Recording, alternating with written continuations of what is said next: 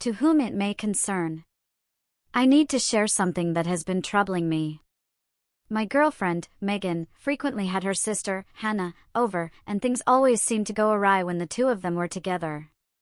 Their conversations often felt like a private language that I couldn't follow. They would spend hours in our bedroom, trying on clothes, makeup, and jewelry, things I didn't even want to imagine. Living in a small one-bedroom apartment made it nearly impossible to escape their world. I'd try to be polite and welcoming, chatting briefly with Hannah before retreating to either the living room or the bedroom, depending on where they weren't. But they never stayed in one place for long, and I always ended up feeling excluded. Tempers flared, and arguments followed. Standing up to Megan was already hard enough, but when Hannah was around, it only got worse. It was a constant battle. The situation worsened when their mother, Clara, visited. Megan would often accuse me of trying to control her or not liking her family, even though Hannah and Clara stayed silent. Their cold stares and disapproving expressions said it all. There were, however, some lighter moments. Occasionally, they would include me in their antics. But what I thought was an invitation to play usually ended up with them making fun of me. They would tease me about my body, comments about my cute butt and chest became a regular part of their jokes. I had never thought much about my chest until they started poking fun at it. But the teasing made me self-conscious. Hannah even went so far as to claim that my name, Pat, was too feminine, suggesting my parents had always hoped for a daughter and had named me Patricia to soften their disappointment. I finally decided to push back one day, joking that my chest would soon be larger than hers. I knew Hannah wore a B-cap, something Megan had once mentioned in passing. I thought it would be a harmless jab, but Hannah's retort stung.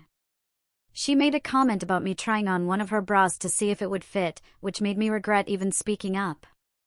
Despite my discomfort, the teasing continued. Hannah claimed I wouldn't be able to handle the real challenges of wearing a bra, like the straps slipping or the underwires digging into your skin. I couldn't help but feel humiliated as her verbal jabs kept coming. Oh, like bras are such a big deal that men couldn't handle wearing them, I said, not thinking things through. If men did wear them, they wouldn't make such a fuss over them like you do. That comment only caused more trouble, something I realized too late. But when someone constantly calls you by a girl's name and makes a big deal out of something you'd rather forget, it's hard not to react. And that reaction led me to a whole lot of trouble. It didn't take long to guess what happened next. With Megan and Clara putting on the pressure, Hannah had me wearing my first bra, a pastel pink push-up that used to belong to Megan. It was more comfortable than I expected, with soft fabric and delicate lace that actually felt surprisingly pleasant, though I'd never admit it. What really shocked me was how it lifted my chest, creating a nice cleavage I never anticipated. The girls' reactions were immediate, and I felt more embarrassed than ever, especially when Megan brought out a tight pink crossover top with a tie in the back. She insisted it would look perfect on me, and it did.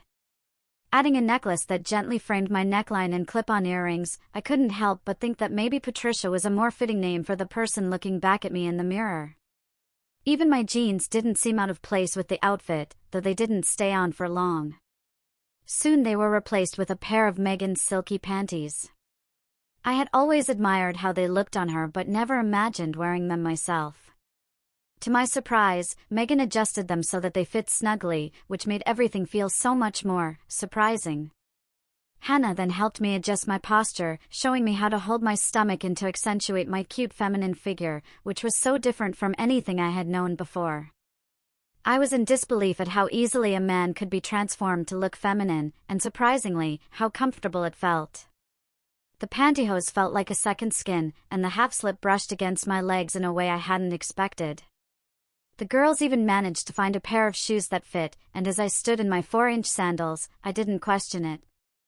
Things had gone further than I had imagined, and they weren't stopping anytime soon. Even as I finished shaving, the makeup began, blush on my cheeks, powder on my face, and eye makeup that seemed to take forever. The brushes swept across my eyelids, and just when I thought the liner was done, Hannah applied mascara, making my lashes feel heavy for the first time. I couldn't help but wonder how women managed all the steps of getting ready. My transformation continued relentlessly, like an ongoing nightmare, as Megan pulled out a lipstick from her bag. I watched, almost in slow motion, as the bright red tip rotated upward. I kept my mouth open as she applied it to my upper lip, then my lower lip, and I gently pressed them together to spread the smooth mixture across my lips. I had never imagined how good this would feel, and I found myself rubbing my lips together again and again, unable to stop. But my slide into femininity was far from over. Suddenly, I felt soft puffs of wetness on either side of my neck, some even sliding down between my chest. My hands moved without thinking, rubbing my wrists in the moisture before bringing them up in front of my face, inhaling the scent, hardly aware of the giggles and laughter in the background. "Sit down, Patricia, so we can do your nails," Hannah said. I automatically tucked my skirt under me as I sat down, like I had done it 1,000 times. My hands instinctively placed themselves palms down on the table in front of me, wondering how I was so effortlessly acting feminine. It felt as if all trace of masculinity had been drained from me. Could a few items of women's clothing really do all this? As Hannah and Clara worked on my nails, Megan brought out a wig she wore when going out. I watched eagerly as she brushed through the long blonde strands, almost unable to contain my excitement. It was clear that the last remnants of Patrick were about to disappear. The red nail polish on my nails was still drying when the wig was lowered into place. Megan fussed over it for a while, then led me to the full-length mirror. I stood there, stunned, staring at the woman in the reflection. Patrick would have been astounded by how she looked, but Patricia was different. She tilted her head and let the hair cascade around her shoulders, turning from side to side to admire the way it fell. She fanned out her skirt and spun around to see herself from every angle. Standing in her high heels, she admired her long legs, and then, unexpectedly, began to cry. The next few days were a blur of confusion. Megan initially thought my tears were signs of regret and tried to make it easier for me, suggesting I only wear the clothes for the rest of the day. But Hannah was having none of it. Of course, if she can handle it. I knew Patricia wouldn't last a full 24 hours with what we women put up with every day. When it comes down to it, men are such wimps. Clara wasn't much help either. "If you let him off the hook now, Megan, you'll just make it worse the next time. You have to set boundaries." I dabbed at my tears, trying not to ruin my makeup. I was confused about why I was crying, but I knew one thing for sure: I didn't want to take off the clothes yet. I wanted to hold on to the experience for a little longer. "I can handle this," I said, wiping my tears away. "I'll last as long as it takes." But the problem was, no time limit had ever been set. What had started with just wearing a bra had turned into me being fully dressed in women's clothes, with no clear end in sight. I dared not bring it up myself for fear of losing the last bit of dignity I had left. I couldn't help but wonder if Hannah would ever let me wear pants again, given how much she'd always disliked me, and I her. I felt trapped either way, but the strangest thing was how calm I felt, even though I was facing the possibility of being stuck like this indefinitely. Patricia, however, seemed to thrive in the situation. She knew how to sit in a skirt, how to squat, even how to walk in high heels, as if she had always done it. It felt as if someone else had taken over my body.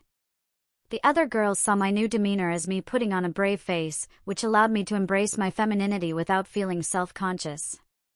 At the end of the day, I was relieved to take off my high heels, though my feet ached more than ever. Megan reassured me that the pantyhose had helped, or else my feet would have been in worse shape. As I slid my feet into a pair of fluffy white slippers, the comfort was overwhelming, and I couldn't help but appreciate how soothing they felt. I felt a bit down as I had to take off the outfit I had come to enjoy wearing. But the one piece of clothing I was eager to remove, the bra, was not allowed to be taken off. Megan wouldn't hear of it, insisting it was all part of the process. I stopped arguing, knowing it would only make her angrier. "Stop acting like a baby. You got yourself into this, now deal with it like a man, or was Hannah right about you being a wimp?" she snapped. I had no choice but to go along with her, otherwise, I'd never hear the end of it from her or Hannah. Besides, with everything moving so quickly, I felt vulnerable and needed her support more than ever. Taking off my makeup was a bit of a letdown. Looking at my plain face in the mirror, especially without the wig, was disappointing.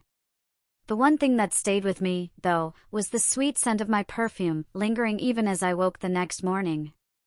At first, I thought it was Megan I could smell, until the smoothness of my nightgown reminded me of everything that had happened the day before. By Monday morning, I realized my situation was far from temporary when I had to call in sick for work. Megan insisted it was either that or show up dressed as I was. As the week passed, I found myself getting used to living as a woman. Since Megan worked full-time, I was expected to take care of all the household chores. I didn't mind her leaving me a list of tasks every morning, it kept me busy. What did feel a bit strange was doing laundry, ironing, and folding only women's clothes. Getting so close to them made me appreciate their beauty in a way I never had before, noticing their softness, colors, and stylishness. I even found myself trying on a few items in secret. Megan called my work again on the following Monday, this time claiming that my mother had fallen ill and I had gone to Australia to be with her. I realized then that Megan expected me to continue living as a woman for at least another week, possibly even longer. Hannah came by every couple of days to ensure Patricia was experiencing the full range of femininity. After I'd gotten used to knee-length skirts, she brought me some micro miniskirts that felt like little more than body-hugging t-shirts. I felt so exposed that I barely dared to move for fear my panties would show. As I adjusted to wearing them, I noticed my movements becoming more distinctly feminine. Having to keep my thighs together all the time, I started to cross my legs instinctively when sitting. As my balance improved from walking in high heels, I could almost swear I was developing a little wiggle in my hips. When Megan first saw me in such a short skirt, she immediately decided I needed to shave my legs. She pulled me into the bathroom and showed me how to do it, doing my underarms as well. At first, it felt strange, like my legs were wet, but I loved how smooth they felt. This encouraged me to keep my legs close together so I could rub them against each other. When I was seated with my hands neatly resting in my lap and my bare legs crossed in front of me, it was almost impossible not to stroke them, even though I was aware of how feminine I was beginning to act. What was surprising was that these new habits stuck with me, even when I wore looser clothing. When I started wearing long, flowing skirts, I still found myself stroking my legs as I sat, keeping my knees tightly together, and swaying my hips as I loved how the fabric flowed across my legs when I walked. I even caught myself holding the side of my skirt and twirling around so it would fan out. It felt as if my journey into femininity had become a one-way street, and strangely, I didn't mind. Incredibly, I felt more accepted by the girls than ever since I embraced Patricia. Soon, they started calling me Trisha, and sometimes even Trish, as if I was one of their close friends. I loved hearing those names, and I began looking forward to Hannah and Clara's visits, missing them if I hadn't seen them for a while. I was included in everything they did, especially at the start when they didn't retreat into the bedroom on their own. Instead, they would drag me in with them to try on clothes, makeup, and jewelry. Megan and I often visited Hannah and Clara too, giving me the chance to explore even more women's clothes. I realized I enjoyed watching them try things on almost as much as I enjoyed doing it myself, not because of anything inappropriate, but simply because I became fascinated by women's clothing. Somewhere along the way, I stopped caring about their bodies and started caring more about their clothes. I started resenting seeing Patrick first thing in the morning. He never stuck around long, and once he was gone, I didn't miss him. Shaping my eyebrows and shaving my chin became part of my routine, and I got used to putting on my wig afterward. Wearing long hair made me naturally toss my head back to keep it off my face. It felt so feminine, and brushing it back with my hands was just as satisfying, especially with the sound of my bracelets jingling around my wrists. To my surprise, bracelets and bangles quickly became some of my favorite accessories. I couldn't resist browsing through them whenever I visited a shop, and before long, I had an extensive collection. Wearing them not only gave me something to fidget with but also made me feel more delicate. Necklaces, too, seemed to pull my hands toward them, whether in stores or while I was wearing them. I would often find my hands gently stroking the necklace resting on my chest. I also found myself folding my arms more often than I ever had before, especially because women's clothes don't typically have pockets. It became oddly comforting to cross my arms under my chest, particularly since my chest seemed to have grown since I started wearing bras. I'm not sure when it happened, but I slowly stopped seeing my old clothes. They just seemed to disappear. The embarrassing part was that I couldn't even remember when it occurred. All I knew was that more dresses, skirts, tops, and women's underwear kept appearing in my wardrobe and drawers until there was nothing left from my old life.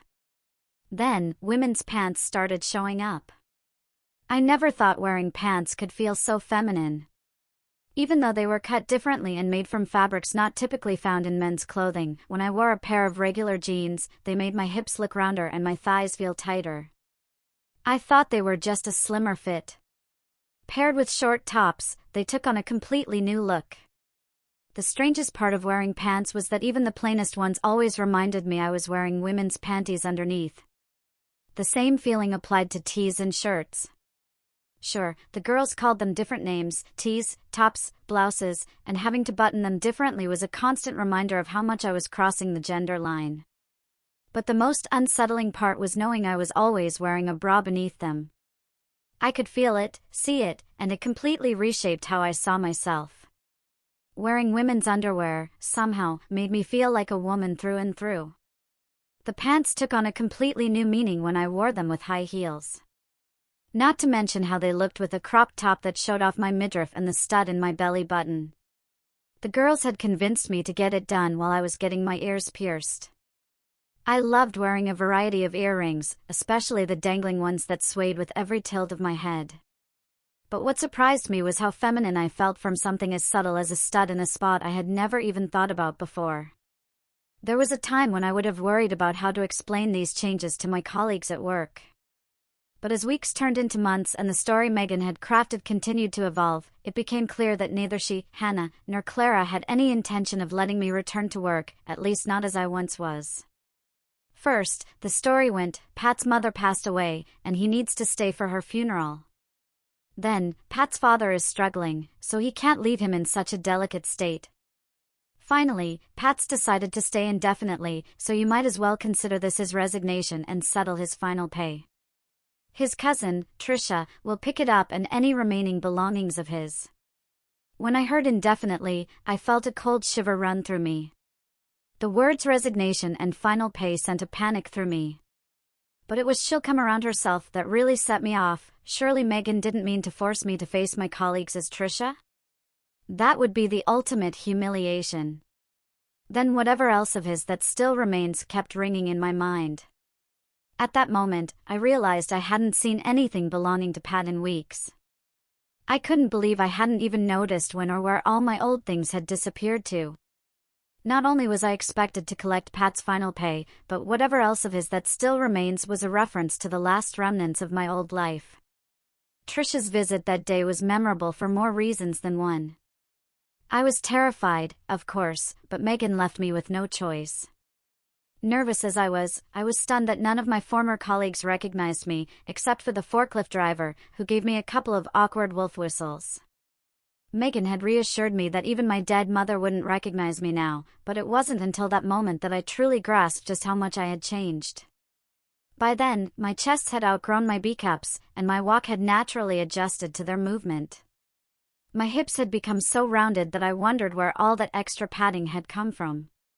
Even my voice, still somewhat deep for a woman, had a seductive quality to it. I had become so accustomed to my life as Tricia that I realized I now carried myself with ease and confidence. At home, I had settled into such a comfortable routine of cooking, cleaning, shopping, and more, that I started to miss work, paid employment, that is. More than anything, I missed the company of others. Megan's life seemed so much more exciting. I realized that if I wanted a job now, it would have to be in a completely different field than what I had known before. When my birthday came a few weeks later, it was an incredible experience to open my presents, all of which were so clearly feminine.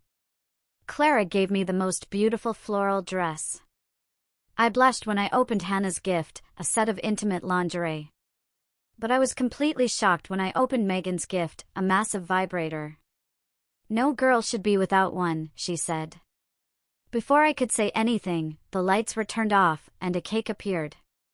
As "Happy Birthday, Patricia" glowed in the candlelight, I heard "Happy Birthday, Dear Patricia" being sung in the background.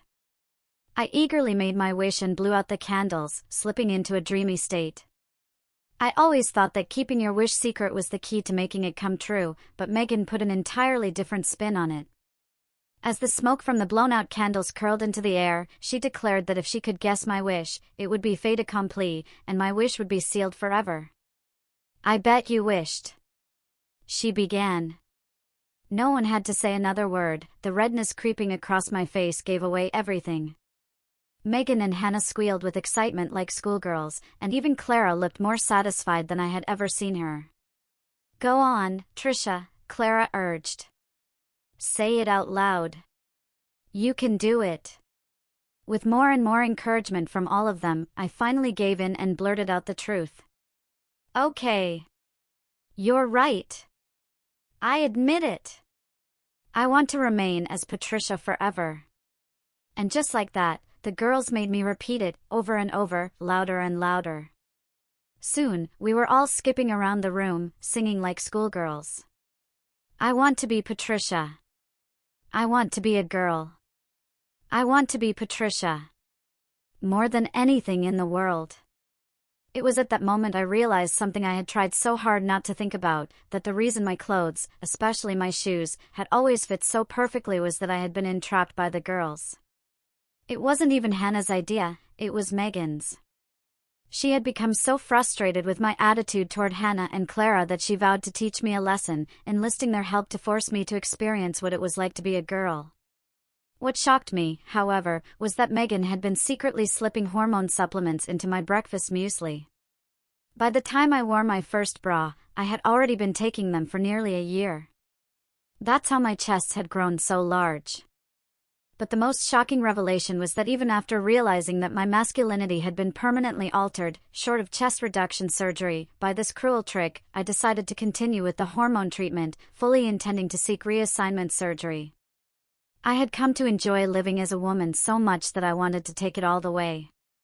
My attitude had completely changed since I was made to wear my first bra. I had learned Megan's lesson so well that I now wanted to graduate with full honors, especially after she introduced me to the pleasures of my new toy. I longed for my own female part so that I could feel complete. When I shared the news with my parents, I learned they had dressed me as a girl when I was a baby. They had even chosen the name Pat because it worked for both sexes. I might have once resented Hannah for being right, but no longer. I was now so grateful to her for bringing the truth to light and to Megan for planning my transformation into a woman. I couldn't stop crying when my parents accepted me, tears of pure joy. And then it hit me, the real truth. The terrible thing that had happened to me wasn't that I had been tricked into surrendering my masculinity, but that I had been raised male at all. Finally, after all those years, that terrible wrong had been set right once and for all. If you appreciated this story and wish to show your support, please consider leaving a like and subscribing to my channel.